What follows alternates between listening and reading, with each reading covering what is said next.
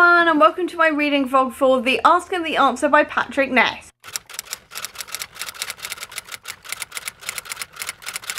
If you don't know what The Ask and the Answer is, it is the sequel to The Knife of Never Letting Go, and I'll actually leave a link up above to my original reading vlog where I read that book in full with all of my spoilery thoughts, so you can check that out if you want to before you watch this video. But this is also the second one in the Chaos Walking trilogy. And if you don't know what Chaos Walking is, it's essentially a series following Todd, who is a young boy of about 13 years old living on a dystopian planet entirely populated by men. No women are around anymore, they have all died out, and not only that, there is also the noise, which means that him and everybody else around him can hear everybody else's thoughts, whether they are human or animal. And what happens when one day Todd stumbles across a patch of land which is entirely silent, and there is also a girl there. And what I'm going to be doing today is reading this book and taking you along with me, because it's also part of the Chaos Walking read-along, of which I am a co-host. I will also leave the details here to the live show, so you can join us when we do go live and discuss this book in full spoilery detail. But for now, let's get started with it. I'm a little bit scared, and I won't lie, because obviously that last book was very, very brutal,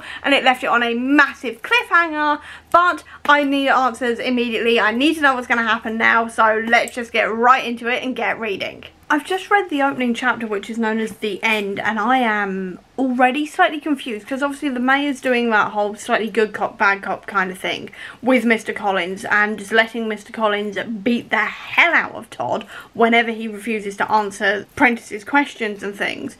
And he's now saying, oh yeah, you're going to want to be a part of this new world, and you're going to want to be a part of what we're doing and being a part of the future and everything else. And I'm like, why? And the way he's being nice to Todd, in the sense that he's bandaging him up and everything else, and he's like, I want to be like a father figure to you, and you're going to see me as a father figure. And I'm like, what the hell are you trying to get at here? But the fact that they're like, the violence is still so ingrained into this that they've got absolutely no problem with hitting a 13-year-old boy. Like, they've got no problem with it whatsoever, just beating him constantly and hitting him and everything else. They've got no problem with it whatsoever.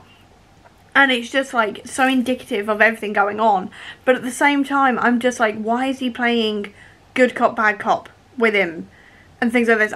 I'm slightly confused. He's also very creepy. I will say that I do feel slightly creeped out by Mayor Prentice. I'm not going to call him President Prentice. There's no way.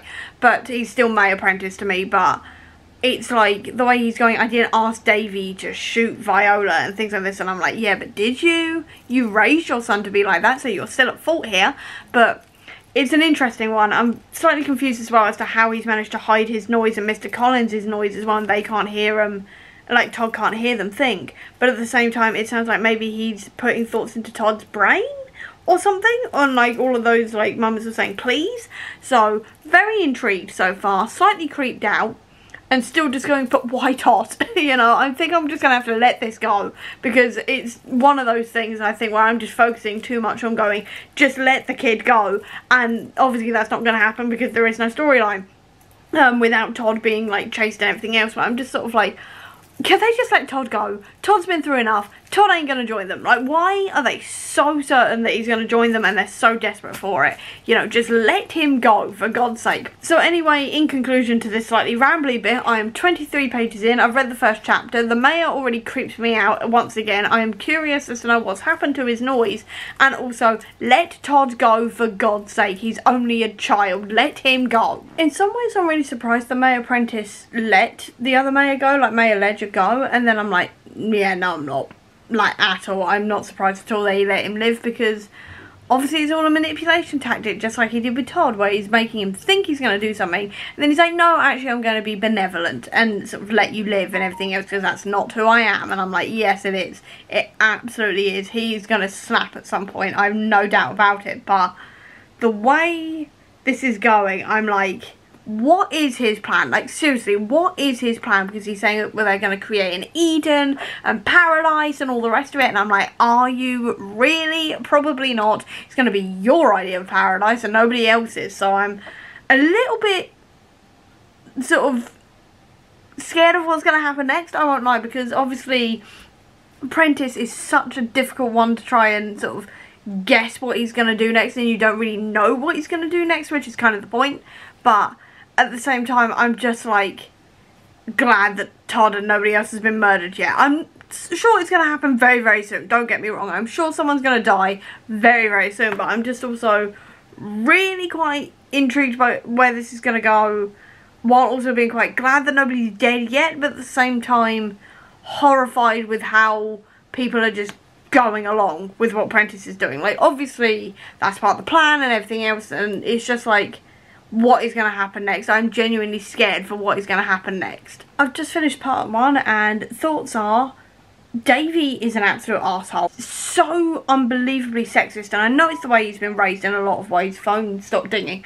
Anyway, I know every time I turn on this camera my phone dings. Anyway, I know it's partially because of the way he's been raised in Prentice Town, which is so patriarchal and so sexist that he can't really sort of think any other way, because that's just how he's been raised and he's never seen any other way. But the way he is so sexist and so violent, and the way he talks about women, and also the way he talks about Todd and the way he is with Todd, it's horrible to read. Like, and I mean that in the best way possible. This is nothing to do with like the author's work. If anything, this is a compliment to Patrick Ness's writing style, because it's just so awful to read how Davey reacts and how he's taunting Todd and everything else, and how he is talking about Viola, how he's talking about the spackle, because the spackle are now slaves. Like, I should have seen that coming, to be honest. I really should have seen that coming, but the fact that they're just treating the spackle like slaves and everything else. I mean, honestly, Abby was 100% right in the last live show where she was talking about how this definitely has that feeling of like American colonization when they first went to America, and how they treated the indigenous Americans and everything else. You can tell that was entirely like the inspiration for this. You can really tell that, especially now as well with everything going on with spackle and how they're treating everybody and everything else. And I'm just like, this is a lot, to be honest. I forget how heavy these books are in a lot of ways, because they do deal with a lot of very important topics, and with the rise in like sexism and everything else going on in our world right now, it's really quite hard to read, to be honest. And it's so effective, I will say. It's very effective, but at the same time I am sat here going, oh my god, like, what is going on? Like, what is the plan here? And why is Davey so awful?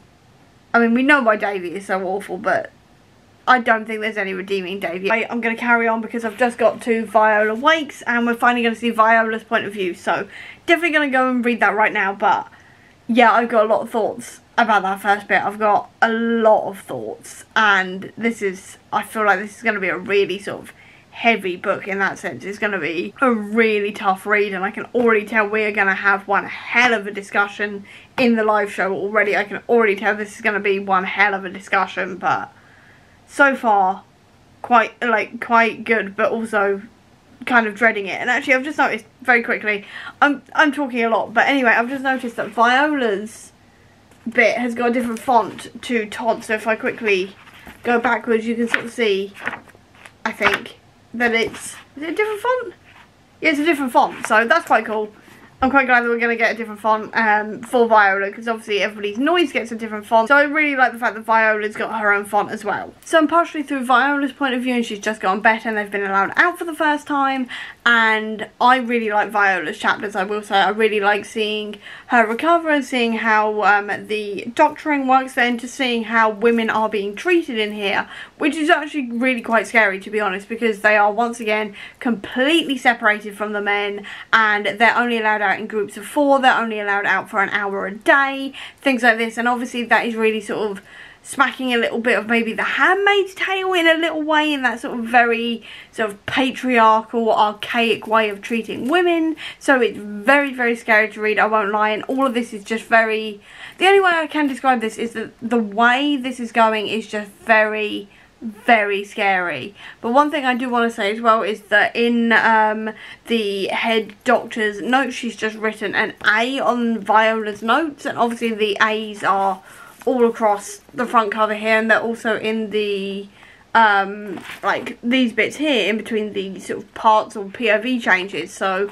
very intrigued to know what that A means, to be honest. And also, actually, I forgot to mention as well, I cannot believe I haven't mentioned it yet, but the fact that the spackle were used as slaves, and the fact that they were using them to test the cure on, and they've essentially silenced them because the only way they could communicate was through the noise, and the fact that it's now been taken away from them and now they can't communicate at all is horrific. To be honest, that is absolutely horrific, the way they've done that, and the way that is kind of reflecting what's happened in the past in actual human history is absolutely terrifying. To be honest, it is absolutely terrifying. The parallels are terrifying, and this whole thing is really quite scary. I know I keep on saying that, but all of this is really quite terrifying to read, to be perfectly honest. I really liked Maddie as a character, but at the same time, the way Prentice is twisting this and twisting everyone around him is quite frankly masterful.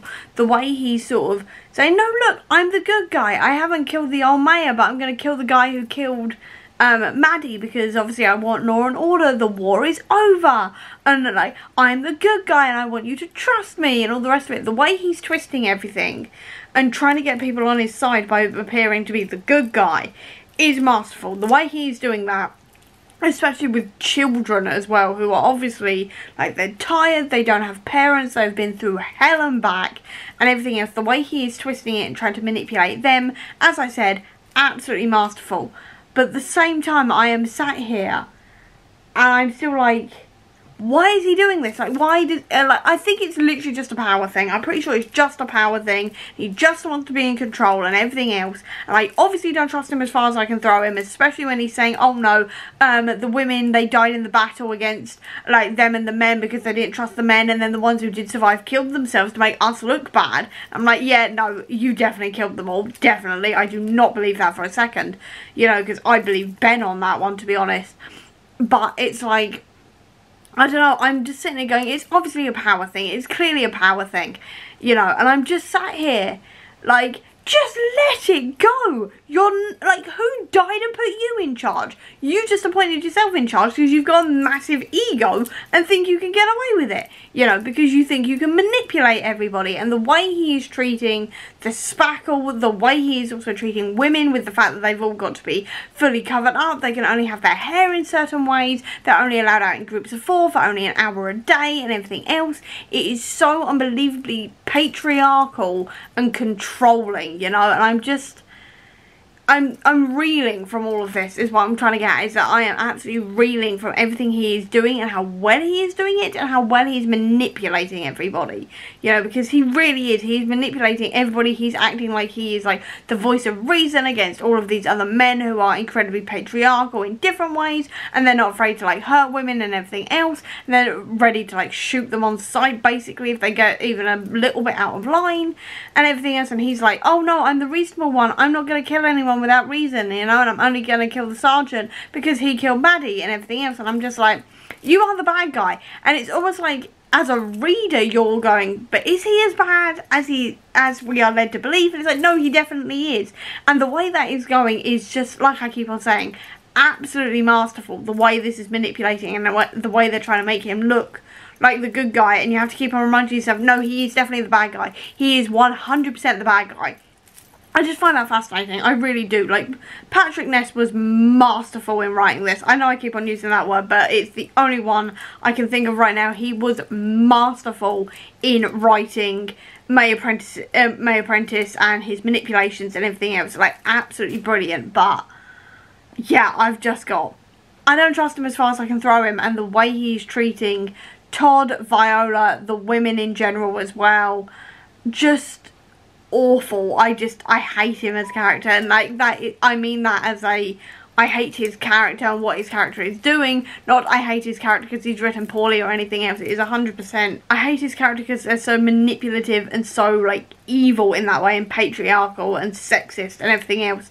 That's what I'm getting at. He is he's such a good villain. He is an incredible villain, I will say. So the bombs have just started going off, and it turns out it's actually the like resistance, it's the women, they are causing all of these bombs and everything else, and they've marked at least one with a blue A, which I guess is their symbol. Obviously, I don't know yet, I haven't got like to an explanation, but the way Viola is kind of falling for it in a little way, and falling a little bit for, for Prentice's like explanations, and she is going, well, maybe he is actually trying to help and things like this, and seeing her fall for this is so hard hitting, and to see her going, but what if he is actually trying to help here, and things like this is so hard hitting, especially when you consider what he's doing to the spackle and what he's making Todd do to the spackle by numbering them and things like this. And it's like, the way that is going is so obviously based on other bits of human history. Obviously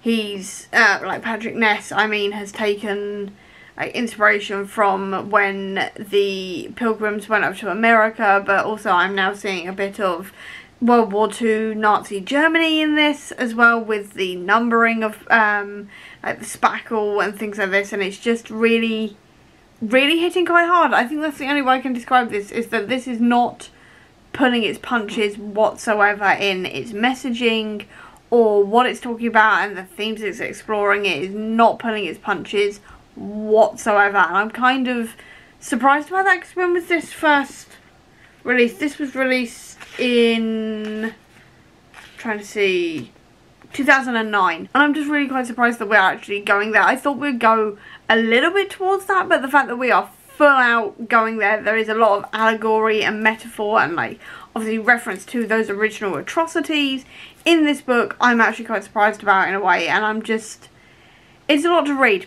I'll say that. Definitely, if you are going to read this book and this series in general, definitely look up the trigger warnings, because there are a lot of them. But this one especially, I think, is definitely a look up the trigger warnings one. But in saying that though, I am still really enjoying this book, and I'm flying through this. I've only been reading for like maybe 3 hours total, and I'm already 170 pages in. I'm this far in already, and I'm really enjoying it. It's heavy, don't get me wrong, it's very heavy, but I'm definitely really enjoying reading this, even if it is, like I said, very heavy and very difficult to read at points. I've just got up to the next part, which is night falling, and I've got a slight theory going on here, in the sense that I'm wondering if this new bomb that's come in and has hit the spackle and Todd, where it's sort of flown in instead of been planted in a building and set off remotely, I'm wondering if the mayor has set that one off to try and blame more of the answer and things for causing more bombs and more death and this kind of thing, so he can kind of shore up his argument of being like, hey look, I'm not causing this, I didn't do any of this, I'm not bombing you, they are, this kind of thing. So I'm wondering if he's doing that, because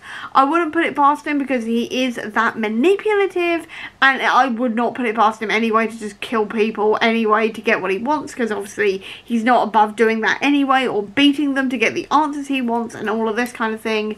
So I am wondering if maybe that is going on. I could be entirely wrong and going completely down the wrong path here, but it is a theory that I just wanted to put out in case I am right later on. But I am still flying through this book. I'm very nearly halfway, I think, because this is how long is this book? It is 552 pages, and I am on 227, so I'm about very nearly halfway anyway. I'm heading towards halfway, but I am flying through this book, to say the least, and it is really enjoyable, I will say, but at the same time it is very stressful to read. I'm very stressed out reading this, I won't lie. But as I keep on saying, this is masterfully done in a lot of ways, and I'm really excited to see where this is going to go, and if Viola is going to reach the answer. Obviously she has just gotten to the communications tower, and it has just been blown up, even though Mistress Coyle was telling her to get out of the way. So I am interested to see where this is going to go next with Viola, and what she's going to do with the answer, and if they are going to be able to get Todd out, because Todd really needs to get out of this, because quite frankly, I do not see him surviving in this world, and no matter what the mayor says and everything else, with with Davy around, with everybody else around, what they've just done to Todd anyway for merely meeting up with Viola or trying to escape with Viola, I do not see him surviving. So I am really hoping that they do manage to get him out at the very least. Even if they can't stop Prentice in this book, I am really hoping that they are going to be able to get Todd out. I don't know how I'm going to sort of explain this because I'm not very good with words sometimes when I'm explaining things, but the way Todd is falling in his own way because of the manipulations he's going through, with the situation he's in where he is basically stuck with what is essentially slave owners and the spackle and everything he's dealing with. He thinks Violet has left him. He's not entirely sure if Violet is setting these bombs and all of this kind of thing. He's dealing with May Prentice. He's surrounded by this really like hyper misogynistic, violent world, and the way he is kind of falling in his own way, because for context I've just read chapter 22 where Todd has just attacked one of the spackles, specifically number 1017, because 1017 seems to be following him and clicking at him, and Todd is viewing those clicks as being quite rude and things like this.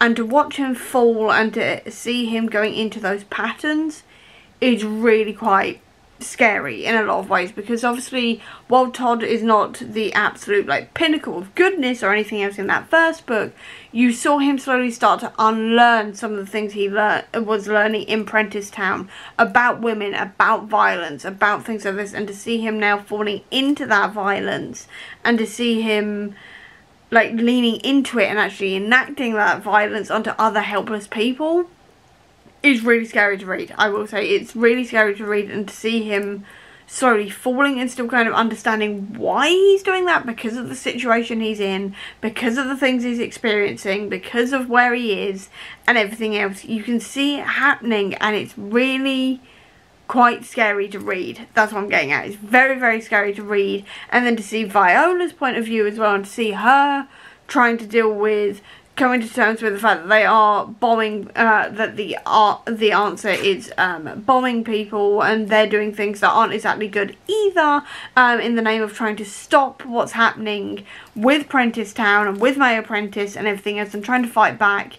It's so interesting to see how these two characters are dealing with this situation and how they're dealing with being manipulated, being on these two sides of the same war, wanting the same thing but going in completely opposite directions, or at least very different directions. It's very, very interesting. It's very quite scary as well to see how these types of situations can change a person. But on a lighter note, I will say as well, I am very, very glad that we've seen Wilf again and that Wilf has so far survived. I really hope he carries on surviving, because obviously he is like a really nice character as far as we know. He seems to be a really nice guy, and I am really glad that he has survived and he is back again for this book, because I did quite like him the first time around, and I'm glad that we're seeing him again. It turns out my theory from a few chapters ago talking about May Prentice, and I believe he's planting some of the bombs to make the answer look bad, was half right, in the sense that he is not planting the bombs. That is definitely the answer, but he is the one who killed the spackle, and he's blamed it on the answer to make them look even worse, to turn people more to his side. And that is so, like, that's so not surprising for him, because obviously that is definitely the kind of guy he is. He would do absolutely anything to turn people over to his side and make him look like the good guy and have people following him and everything else. And obviously he killed the spackle. I mean, obviously, because he viewed them as expendable, because they were just slaves to him. But it's still like, I can't quite believe he stooped that low. But at the same time, I'm not surprised at all, because this is May Prentice we're about here, and he is an awful, awful, awful human being who will do anything to stay in power. So I do find that sort of not surprising, but at the same time kind of surprising that he would do that. I don't know, it's a weird one.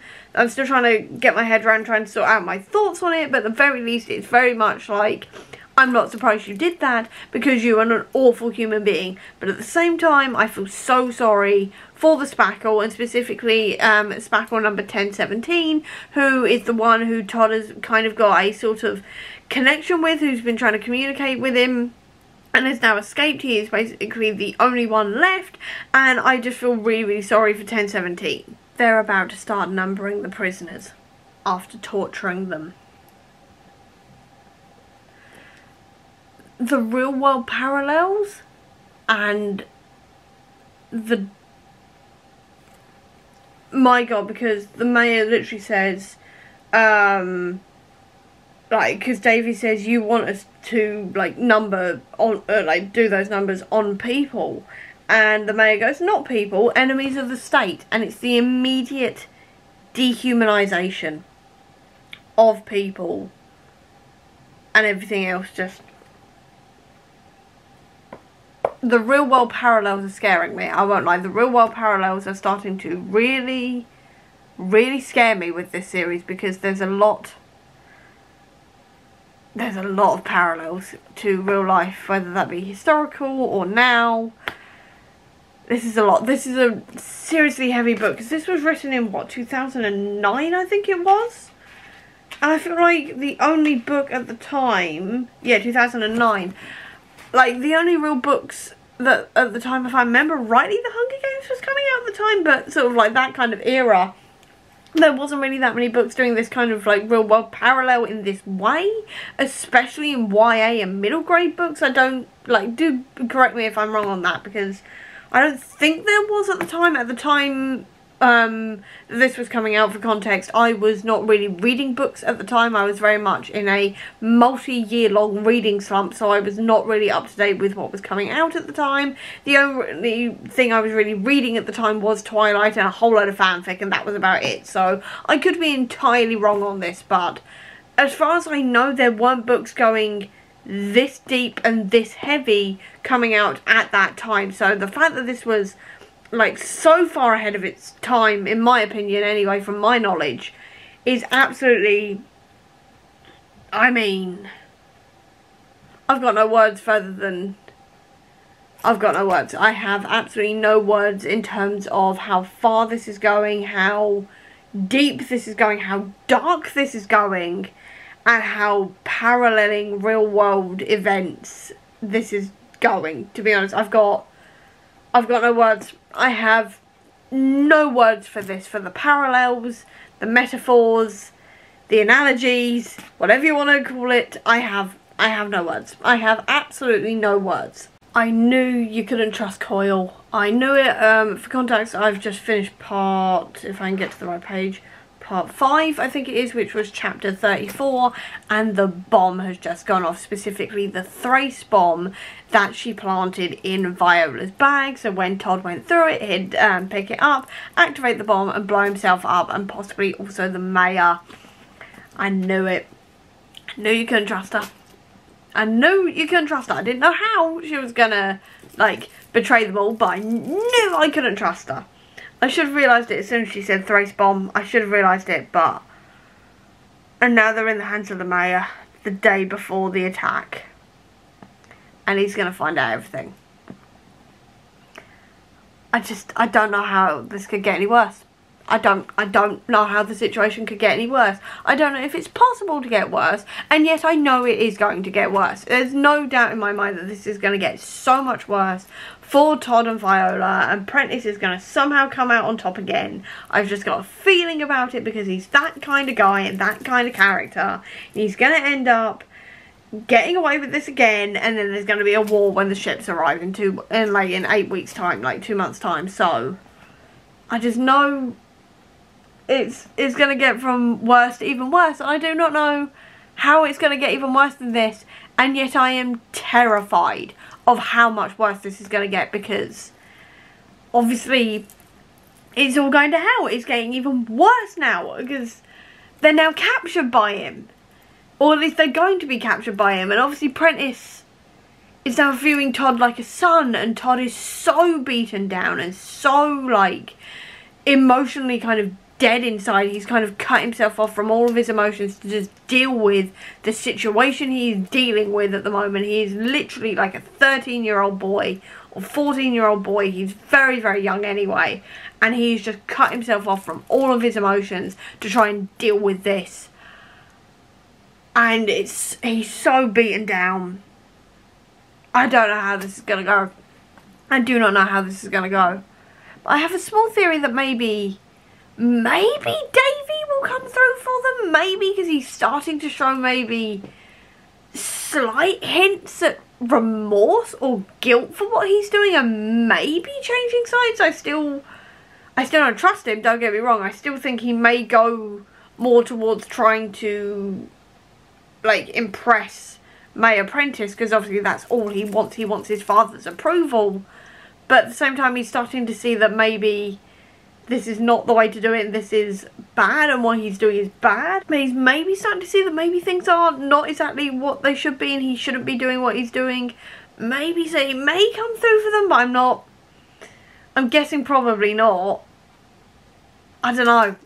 I've got no idea. I've got no idea how they're going to get out of this. I've got this much left, which is 150 pages, or like just under 150 pages, and I am genuinely terrified as to what's going to happen now and what are they going to do next, because I don't know how they're going to get out of this. I've got no idea how they're going to get out of this, what's going to happen now. I just know that I'm very, very worried for Todd and Viola and Lee. Also, though I'm not entirely sure if I trust Lee entirely. I've got a feeling that he may turn out to be like a spy or something, and he's been manipulating them, or he's actually on Coyle's side or whatever. I just know that I am worried for everybody involved in this, just everybody involved. I'm worried about everyone apart from Prentice. To say the least, I am worried about where this is going to go next and how much worse this can get, because, I mean, how much worse can it get? I mean, honestly, how much worse can this get? And I am scared for the answer. I am very, very scared for the answer to that question, and also what the answer are going to do next and what the ask are going to do next. I'm just scared for everything. I am genuinely scared that, like, for everything that's going to happen next. So I've just gotten through to chapter 38, and the mayor has tortured Viola to get to Todd, because he knows that Viola won't break, but Todd will if he sees her in danger.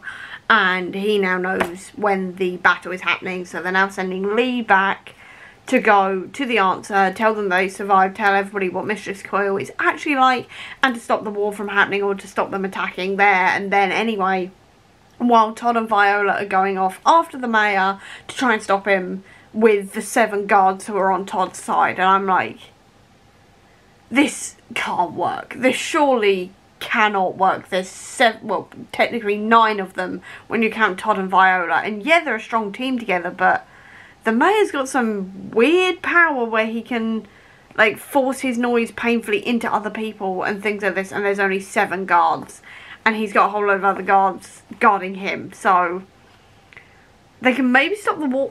Maybe they can, like, stop the ask from stop the answer from, like, attacking, but I don't see how else they're gonna do this, and how they're gonna stop the war in general and also stop the mayor. I don't know how this is gonna work. I really, really don't know how this is gonna work. I'm excited to find out, but I'm a little bit scared as well. But I'm really excited to find out how this is gonna work out, to be honest. The ships have arrived, or at least a ship has arrived. I mean, I don't, how is this gonna go? Because the ships have now arrived, or at least the ship has arrived like 2 months early. This ain't gonna end well. It's like they said, the mayor can just overrun whoever's awake on the ship quite easily with his army and then never wake anybody else up. How? And he's also mind control. He can also mind control. He can also mind control people, because of course he can. Why did I not realise that? Why did I not realise that he can mind control people, and also, obviously, like, he wasn't taking the cure. He's just managed to control his noise over the years. He's learned to control it along with some of his like big people in his sort of immediate circle. I don't know. I mean, I think maybe Davy's gonna maybe turn around. Maybe he's gonna help Todd, because he's really not sure of what his dad is doing. To be fair, he's really not sure on what he's doing, and he's really sort of iffy on it. So maybe Davy's gonna help out, but I'm not sure. I'm gonna have to keep on reading, but my god, is this tense. And the plot twists. It's like, I need to keep on reading, but the plot twists and everything else are just sort of making me do double takes, and I'm just like, wait a minute, why did I not realise that? I should have realised that earlier. Why did I not realise that? That makes so much sense, but also, oh my god, just, all I've got is oh my god. So I've just got to chapter, I'm not entirely sure, but it's marked as the beginning, like, just got to that bit, and so Todd has managed to overthrow the mayor in a way by using the power of sort of like his love for Viola to overthrow the mayor's like noise and stop him, knock him unconscious. And I actually feel sorry for Davy. I never thought I'd feel sorry for Davy, but I actually feel sorry for Davy's ending, because he was starting to see a different path and a different way, and he was starting to go away from his father's control in a sort of way. He was trying at the very least, and he was genuinely sorry for everything he did. So I don't think he quite deserved the ending he got, and he definitely didn't deserve to be shot by his father. I should have seen that coming, to be fair, because Apprentice was definitely the kind of guy who would kill his own son because he doesn't love him like at all, because he's a disappointment and stuff like this. So I'm not really surprised that he did it, but I'm kind of sad he did it anyway, because I kind of wanted to see Davy maybe see the error of his ways and try to work on the side of good. So I am very, very sad that Davy's died, but I'm kind of glad that Todd has managed to like overthrow the mayor in a way, but I don't know how he's going to manage with the rest of the army and how he's going to manage to deal with them. And I don't know what Viola's going to do with the lights in the sky, the answer, or what the hell is going on now. I think it's maybe the rest of the ships, but I don't understand why the rest of the ships would be coming now, because obviously it's a like obviously it was a scout ship, so maybe it's them, maybe it's more bombs, I don't know. I'm genuinely scared, and I've got, how many more pages have I got left? I've got 13 pages left before I get to the short story. I'm slightly scared, but okay, we're diving into the last 13 pages, we'll see what happens, and I'm bracing myself. I just finished the main story. I've still got the short story to read, which I'll read after lunch because it's now lunchtime, but I just need to talk about this now because, oh my god, like, the spackle are now arriving at the same time, so you've now got the ask and the answer against each other. The spackle are now coming as well, and they are definitely heading straight towards Todd, because obviously everything Todd did to 1017, so he's now straight in the line of fire. Viola is completely by herself again, trying to get to the ship that's just arrived with the scouts, who are trying to find her in the first place. The rest of the ships are coming in 8 weeks, and they're going to be of no help for now, because obviously that's 8 weeks off, but the war's starting now. Mayor Apprentice has had to be released again because he's the only one who can fight a war with the spackles. Oh my god, I knew it would get worse. I absolutely knew this was going to get worse, and I completely forgot about the spackle. How did I forget about the spackle? Because obviously they were going to get involved, because obviously they were. How did I forget that the spackle were right there and that they were going to get involved as well? Oh my god. I've just got the words, oh my god. I have no other words right now apart from oh my god and I didn't think this could get worse. I said I didn't think it could get worse, but it was definitely going to, and now it's gotten worse. I was right on that, but oh my god. Just, how is the final book, The Monsters of Men, going to end? Like, how is this going to end? I mean, how is this going to end? Like, how the hell is this going to end? Because obviously you've got the spackle war, the humans are fighting each other, you've got the ships coming down. How is this going to end? How the hell do they end this? Because, I mean, how do you end this? How do you wrap this up? How do you even begin to figure out how this all ends? Because obviously the spackle aren't gonna like stop until Todd's been punished and they've got retribution, which they rightly deserve, because everything Todd did, even if he was just following orders, some of the worst atrocities in the world have happened because of people just following orders. So that's not going to be an excuse. Meanwhile, Mayor Apprentice is not going to stop until he's fully in charge and controlling everything. Mistress Coyle is not going to, like, stop until she's in charge of everything. And then you've got the ships arriving in 8 weeks. Just, how is is this going to wrap up? I want to drop everything and read the next book. I can't right now, but because obviously we need to do the live show for this one first, and I don't want to be mixing the two storylines together. But how is this? How the hell is he going to end this? How the hell is he going to end this? I'm speechless. I'm quite frankly speechless. So I'm going to go and have lunch. Then I'm going to read this short story. And then I'm going to wrap this up. But I don't think I've got words to wrap this up right now. I genuinely don't think I've got words to wrap up my feelings on this right now. And now I've just finished the short story, which was about Declan and T. And Declan is one of the humans from one of the settlements, which was originally a fishing village. And then T is actually one of the spackle. And the two of them meet and end up falling in love.